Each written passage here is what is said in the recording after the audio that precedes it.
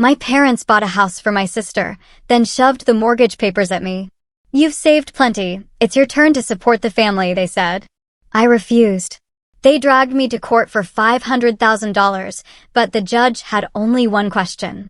This isn't just a story about a family falling apart over money. It's a gut-wrenching tale of betrayal where the people who raised me tried to sue me for $500,000, all to fund my sister's lavish lifestyle. I thought I knew my parents, but that day, they revealed a side of themselves so calculating and cruel, it left me shattered. For 32 years, I was Cassandra Wilson, the responsible daughter. Good job as a software engineer, meticulous savings, living well within my means. Growing up in Portland, Oregon, my parents, Julia and Donald, had hammered the value of $1 into me from day one. I had budgeting spreadsheets at 10. If I wanted new clothes or movies, I saved for it. Summer jobs started at 15, working at the library, then an ice cream shop. "Money doesn't grow on trees, Cassie," my dad would say, constantly reviewing my savings. They pushed me to get scholarships, and I did, covering 70% of my University of Washington tuition. The other 30%? I worked 2 part-time jobs through college, mornings at a coffee shop, evenings in the computer lab. I ate ramen, lived in the cheapest dorm, and paid off my student loans in 3 years after graduating. My younger sister, Allison, lived in a completely different universe. She was more sensitive, my mom would explain. "Not everyone can be as naturally responsible as you." For Allison, new clothes magically appeared. School trips were paid for without question, and her allowance came with no strings attached. Just cash. After college, I moved to Seattle, built my career over a decade, rising to senior software engineer. My salary grew, but my lifestyle stayed modest. Small apartment, used Toyota, packed lunches. Meanwhile, Allison's financial chaos escalated. She changed college majors 4 times, took 6 years to graduate, all funded by our parents. She bounced between jobs, never sticking with one for more than 8 months. Unfulfilling, disagreements with her manager, finding herself through months of travel. My parents kept her afloat, paying her rent, her car, even bailing her out of $15,000 in credit card debt from designer clothes and Vegas trips. "Allison is still figuring things out," my dad would say. The double standard was infuriating. I loved my sister, but watching her show up to family gatherings in expensive new outfits, bragging about brunches and concerts, all while barely holding down a part-time job, was a constant reminder of the unfairness. Still, I kept my head down, working hard, building my savings. My goal, a down payment on a modest condo in Seattle. Nothing fancy, but it would be mine, and the mortgage would be less than my rent. I was so incredibly proud. When my parents invited me to Sunday dinner in April, I thought maybe, just maybe, they wanted to celebrate my home buying plans. I'd mentioned it briefly, and though their reaction had been lukewarm, I hoped for a surprise. I couldn't have been more wrong. I arrived at their suburban Portland home exactly at 6. The comforting smell of my mom's lasagna, the good china on the table, a bottle of wine already open. Everything seemed normal, yet something felt off. My parents exchanged quick glances, my dad checking his watch repeatedly. Allison wasn't there. A spontaneous trip to San Diego. My mom chirped a little too brightly. We ate. They kept the conversation light, but their distraction was palpable. My mom kept refilling my wine glass. Then, after the main course, instead of dessert, my mom cleared the plates and my father cleared his throat, formal and stiff. "Cassie," he began, "we have some exciting news. We've helped Allison buy a house." I was genuinely surprised. That's big news. I didn't realize she was looking, or that she'd saved up for a down payment. My mom laughed, a little too brightly again. "Oh, you know Allison. She found this absolutely perfect place in the West Hills. 3 bedrooms, gorgeous view, walking distance to all those cute shops." I nearly choked on my wine. West Hills was one of the most expensive neighborhoods in Portland. "That sounds expensive," I managed. "It's an investment in her future," my father stated. "The housing market is only going up. And the schools are excellent." "Schools?" I asked, confused. "Is Allison planning to have kids?" Is she even dating anyone seriously? The last I'd heard, she was still enjoying the single life. Another look passed between them. My mother slid a folder across the table. The thing is, Cassie, my father continued, his voice softer now, we took out the mortgage in our names. Since Allison's credit isn't, well, you know how it is. But with retirement coming up, we can't really afford the payments. I stared at the folder, not touching it. So, you're selling the house? Or Allison is going to make the payments? My mother pushed the folder closer. We need you to take over the payments, sweetheart. The room spun. I opened the folder. Mortgage papers for an $800,000 home with a $750,000 mortgage. Over $4,000 a month. My head snapped up. This is a joke, right? You can't be serious. You want me to pay for Allison's house? A house that costs nearly $1 million. You have a good job, Cassie, my father said, his tone hardening. You've always been good with money. You have more than enough saved up. More than enough? I spluttered. I've been saving for years to buy my own place. A modest condo I can actually afford, not a mansion in West Hills. Family helps family, my mother insisted, reaching for my hand. I pulled it back. Allison needs stability to get her life together. You know how she struggles. Where is Allison really? I demanded. Does she even know you're asking me this? She's in San Diego, my father said. And yes, she knows we're talking to you about helping with the house. She was nervous about how you'd react. So, my sister was on vacation while my parents asked me to pay for her luxury home. The sheer audacity. No, I said, my voice firm despite the tremor deep inside. Absolutely not. I will not pay for Allison's house. Cassandra Marie Wilson, my father thundered, using my full name, just like when I was in trouble as a child. You have more money than you need. Your sister deserves a nice place to live, just like you do. I've worked for every dollar I have. I shot back. I've saved and sacrificed for years. Allison has never held a job for more than 8 months. She's never saved a dime in her life. That's not fair, my mother protested. Your sister has different strengths. Not everyone is good with money like you are. Being good with money isn't some innate talent, Mom, I snapped. It's about making responsible choices, day after day, year after year. Something you've never expected Allison to do. The conversation devolved into an ugly scene. My father lectured me about family obligation, his voice growing louder. My mother started crying, claiming I'd always been jealous of her special bond with Allison. They brought up every favor they'd ever done for me, conveniently forgetting the years of self-sufficiency I'd maintained while they bankrolled my sister's every whim. If you don't help your sister, my father finally threatened, his face red with rage, you're not the daughter we raised you to be. I stood up, shaking with anger and disbelief. Maybe I'm not. Maybe I'm better than that. I walked out without dessert, the mortgage papers still sitting untouched on the table. For 3 days, I ignored their calls and texts, each one more guilt-laden than the last. Your sister is heartbroken. We raised you to care about family after all we've done for you. I threw myself into work, trying to process the unthinkable. Had they always seen me as nothing more than a financial resource for Allison?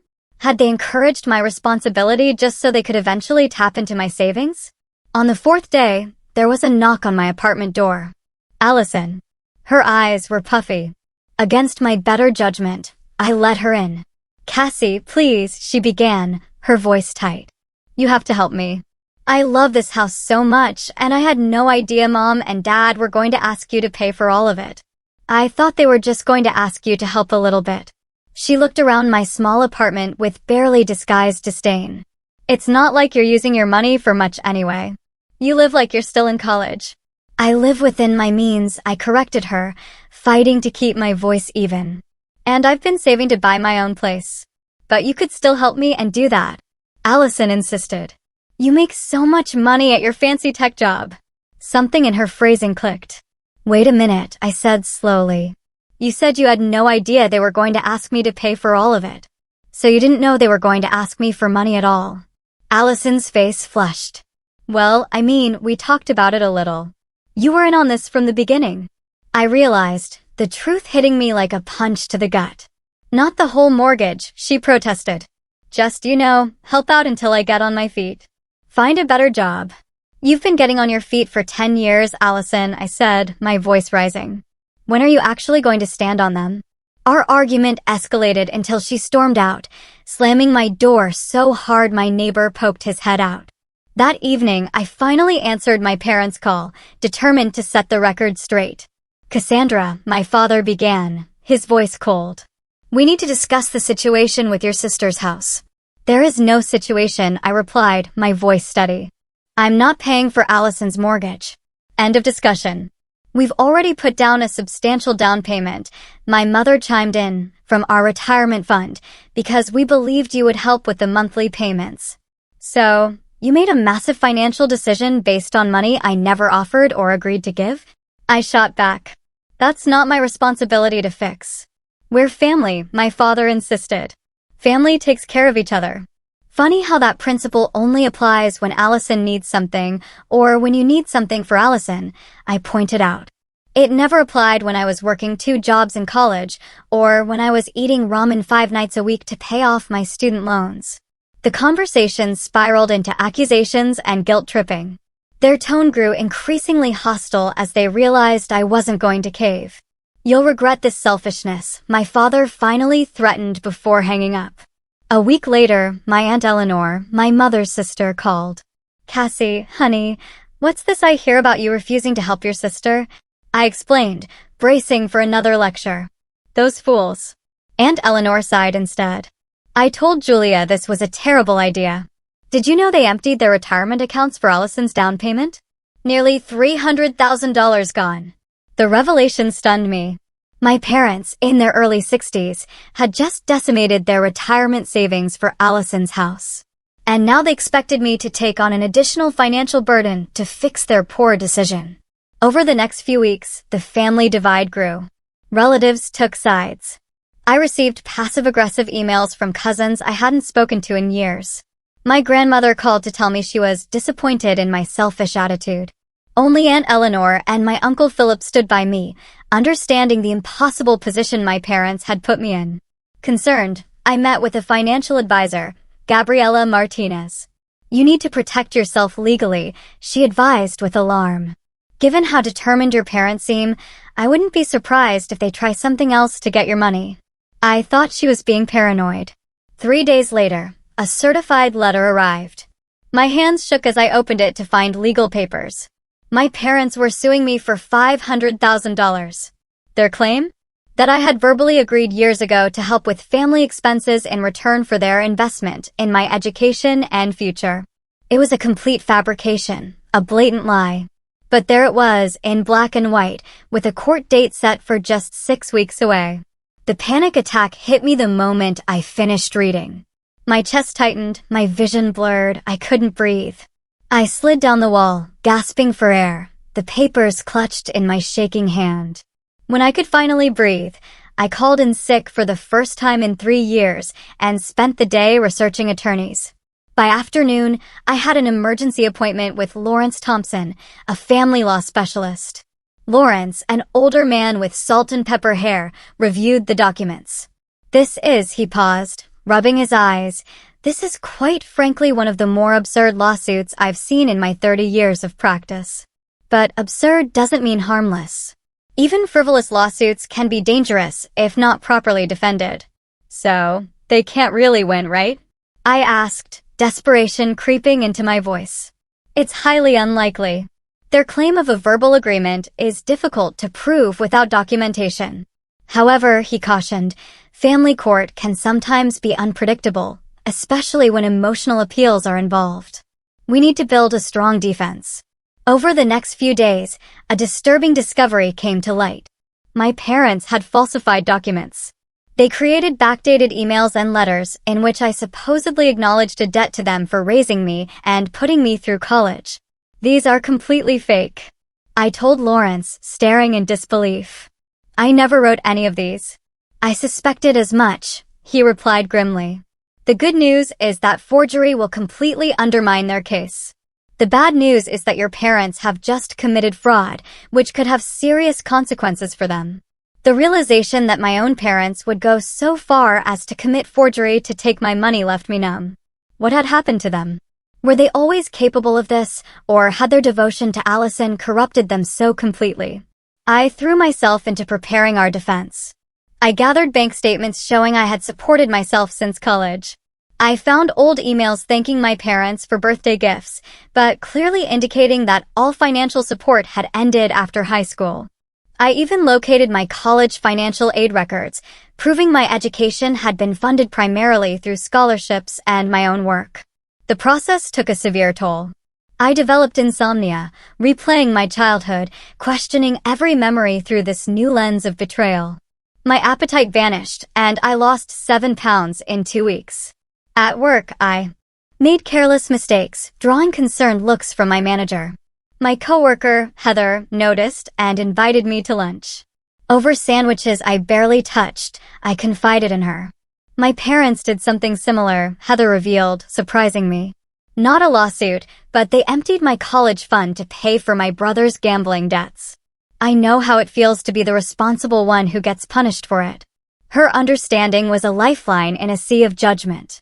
Most people I told about the situation immediately asked what I might have done to cause such a rift, as if parents suing their child must be the child's fault. A week before the court date, I ran into Allison at a coffee shop near my apartment. I hadn't even known she was in Seattle. She was wearing expensive new boots and carrying a designer handbag that probably cost more than my monthly rent. "Are you happy now?" she demanded, loudly enough that other customers turned to look. "You're tearing our family apart with your selfishness." "I'm selfish."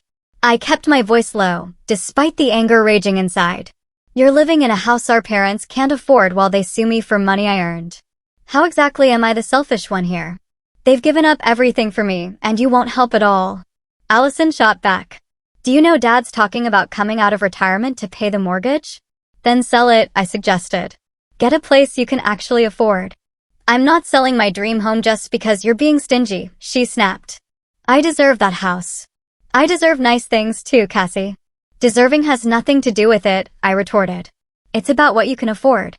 "I can afford it if you help," she insisted, as if this logic made perfect sense.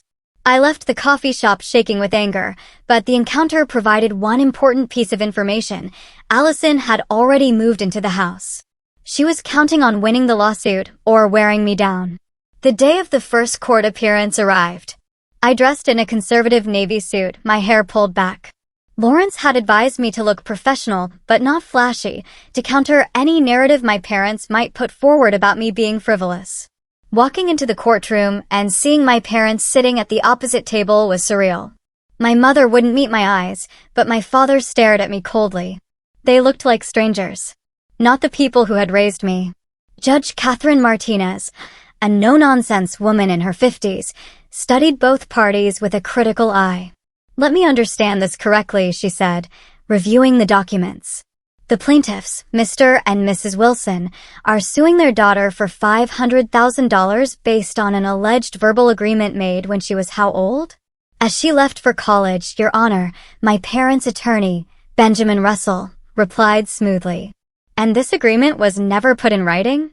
"It was a family matter, Your Honor, a matter of trust between parents and child." Judge Martinez's eyebrow rose slightly. "I see. And the defendants have submitted evidence that these supposedly supporting emails are forgeries. We dispute that characterization," Benjamin replied. "There may be some confusion about dates and content." "Confusion," the judge repeated dryly. "About who wrote the emails and when." "Interesting choice of words, counselor." The first day made it clear this wouldn't be simple. My parents' attorney painted me as an ungrateful daughter who had benefited from their sacrifices only to abandon them. Lawrence methodically presented evidence of my financial independence and the falsified documents. By the end of the day, Judge Martinez seemed increasingly troubled. Before adjourning, she looked directly at my parents. "I have one question I'd like the plaintiffs to consider before we continue tomorrow," she said. "Did you ever consider your daughter might have her own financial goals?" My father answered without hesitation. "She has more than she needs. Allison needs it more." The judge made a note, her expression unreadable.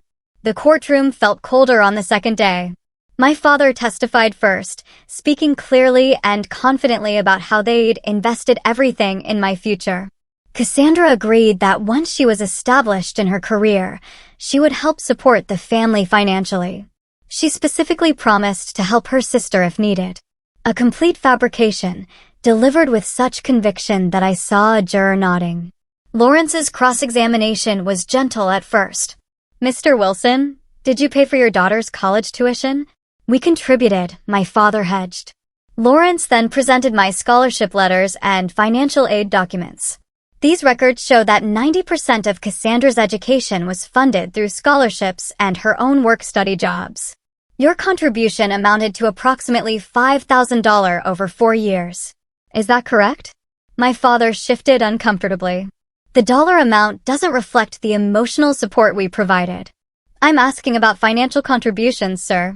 $5,000 total. Yes or no? Approximately. Yes, my father admitted reluctantly. Lawrence then presented my bank records, showing my financial independence, my student loans paid off, my modest lifestyle. "Would you characterize your daughter as financially irresponsible, Mr. Wilson?" "No," my father conceded. "Cassie has always been good with money. Yet you believe she owes you $500,000 because family takes care of family," my father insisted, his voice rising. "She has the means to help her sister, and she refuses out of spite." My mother testified next, her testimony more emotional than factual. She cried several times, talking about her worries for Allison and her hurt over my abandonment. She spoke of Allison's sensitive nature and creative spirit that made steady employment difficult. "Allison needs stability to flourish. This house is her chance." Under cross-examination, Lawrence was respectful but persistent. "Mrs. Wilson, how many times has Allison held a job for more than 1 year?" My mother hesitated. "She's had challenges with employment." "So, the answer is never correct?" "Not once in the 12 years since she graduated high school." "Different people have different paths," my mother replied defensively. "Indeed," Lawrence agreed. "And would you say you've supported Allison financially throughout her adult life?" "We've helped her when needed." "According to these bank records," Lawrence said, presenting exhibits, "you and your husband have provided Allison with approximately $375,000 in direct financial support since she turned 18. Is that accurate?" The courtroom murmured. My mother looked down. "That sounds about right." "And during that same period, how much financial support did you provide to Cassandra?" "Cassie didn't need our help," my mother replied, as if this were a failing on my part. "So, the answer is $0. Correct?" "Yes," she admitted quietly. When it was my turn, I was nervous but determined. I explained my journey, working through college, building my career, saving for years. "Did you ever promise your parents repayment for raising you?" Lawrence asked. "No," I said firmly. "I've always been grateful, but there was never any agreement that I would financially support them or my sister." He handed me the forged emails. "These are fake. I never wrote these. You can see the inconsistencies." Benjamin's cross-examination was aggressive. "Isn't it true that you've always resented your sister?" "No," I replied calmly. "I love Allison, but I don't believe enabling her financial irresponsibility is good for her or our family."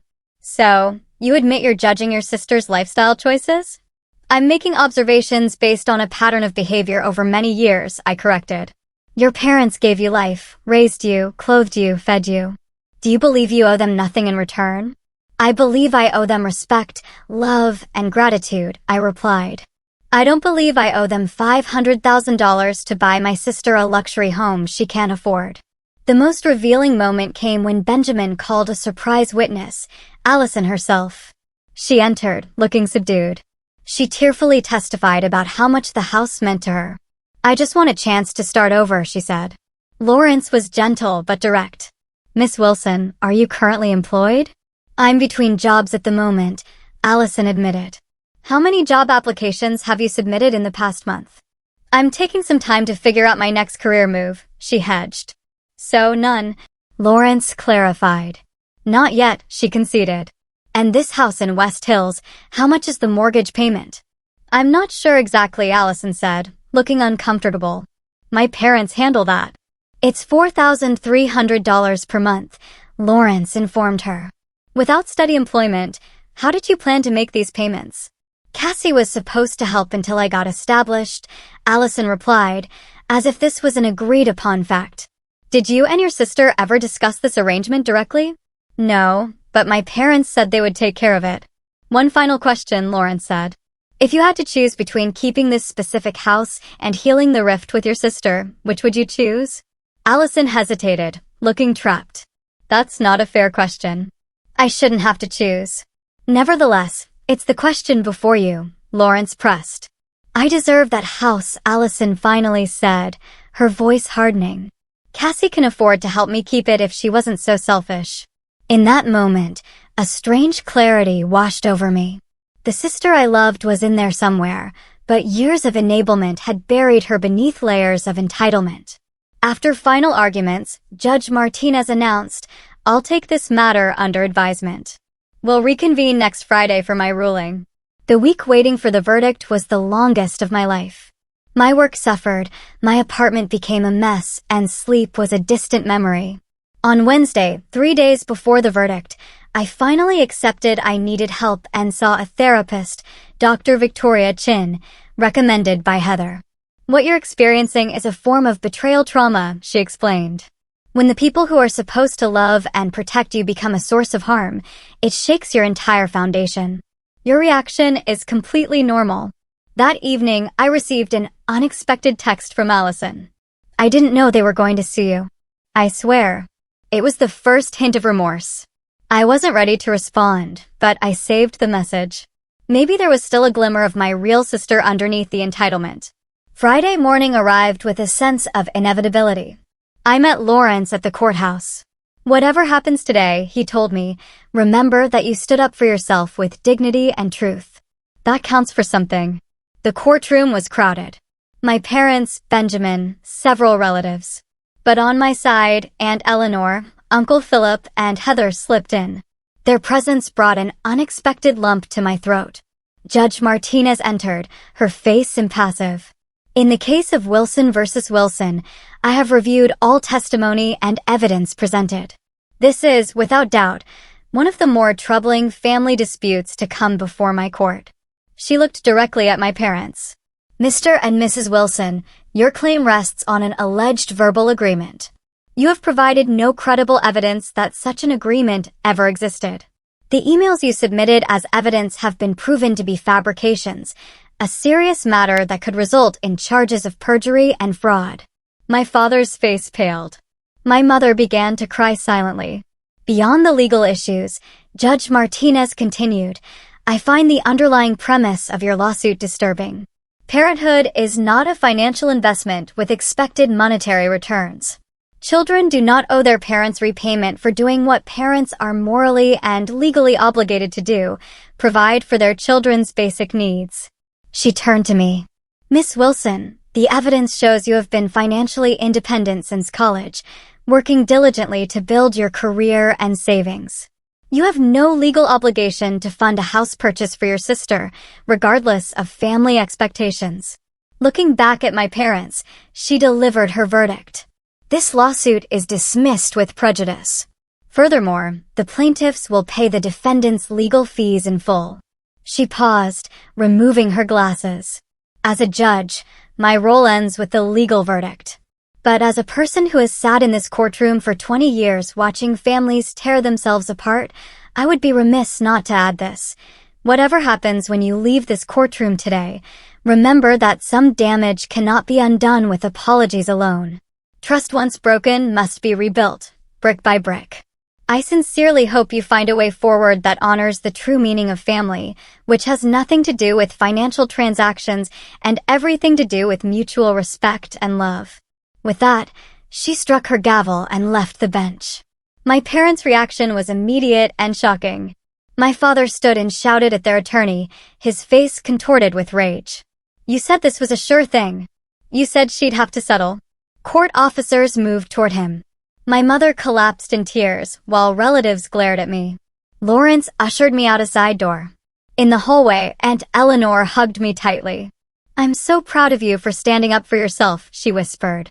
"Your parents will regret this madness when they calm down." But they didn't calm down.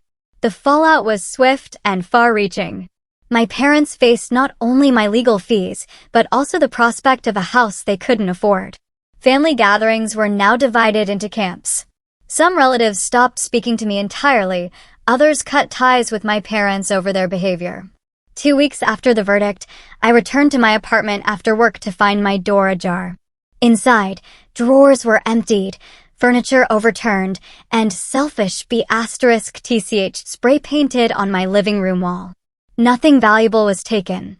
This was about sending a message. The police officer asked, "Any family disputes recently?"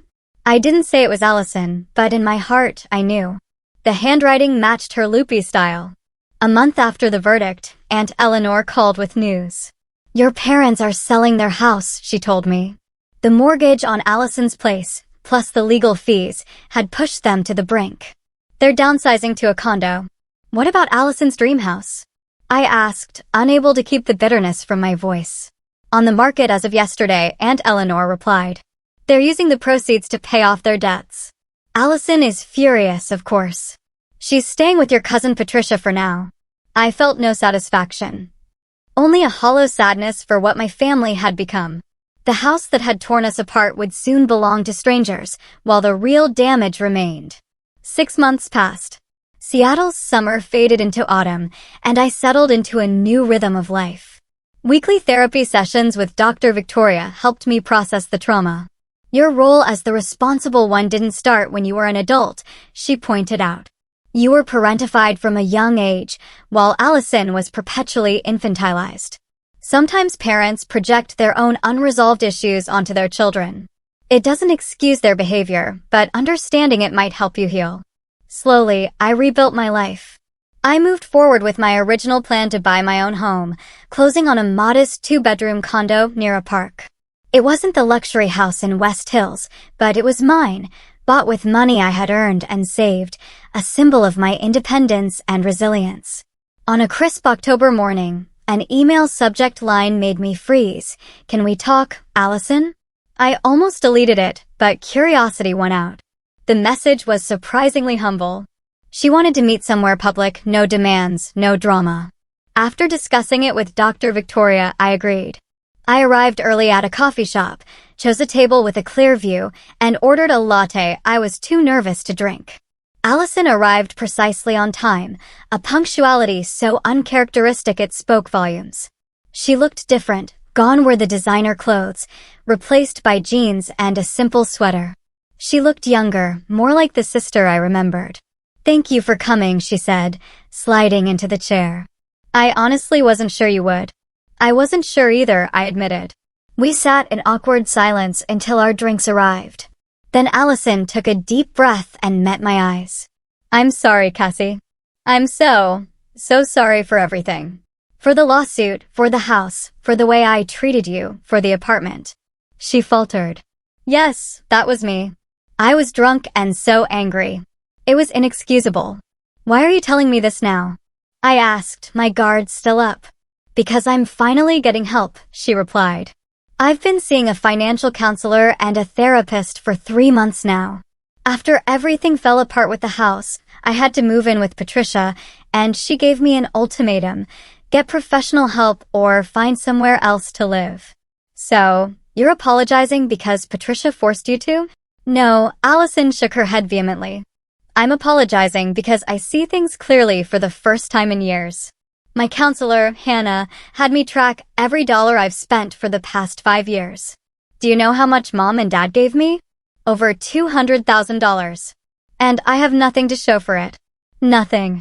She stirred her coffee. "I've never had to face consequences before. Mom and Dad always fixed everything for me. When they couldn't fix the house situation, when they lost their own home because of me, something finally clicked. This isn't who I want to be."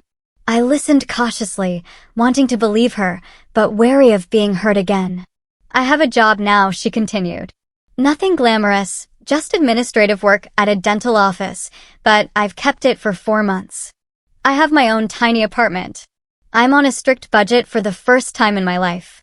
"What about Mom and Dad?" I asked. Allison's face fell. "They're still angry. At you, at me, at the world. They lost almost everything because of the choices they made for me. Dad had to go back to work part-time. They're living in a small rental condo now. Have they gotten any help, counseling, anything? No, Allison sighed. They still believe they did nothing wrong. They think the judge was biased against them. Dad talks about appealing sometimes, though they can't afford another legal battle. We talked for nearly 2 hours, carefully navigating the minefield of our shared past. Allison didn't ask for money or forgiveness, just the chance to rebuild some kind of relationship. As we prepared to leave, she handed me a sealed envelope. What's this? The first installment, she explained. I'm paying you back for the damage to your apartment. It's not much, just $200, but I'll send more each month until it's paid off. Hannah helped me work it into my budget. The gesture moved me more than any apology could have. It was the first time Allison had ever taken concrete responsibility for her actions. I'm not ready to forgive everything, I told her honestly. But I'm willing to try building something new. Slowly, we agreed to text occasionally and perhaps meet for coffee again. It was a tiny step, but an important one.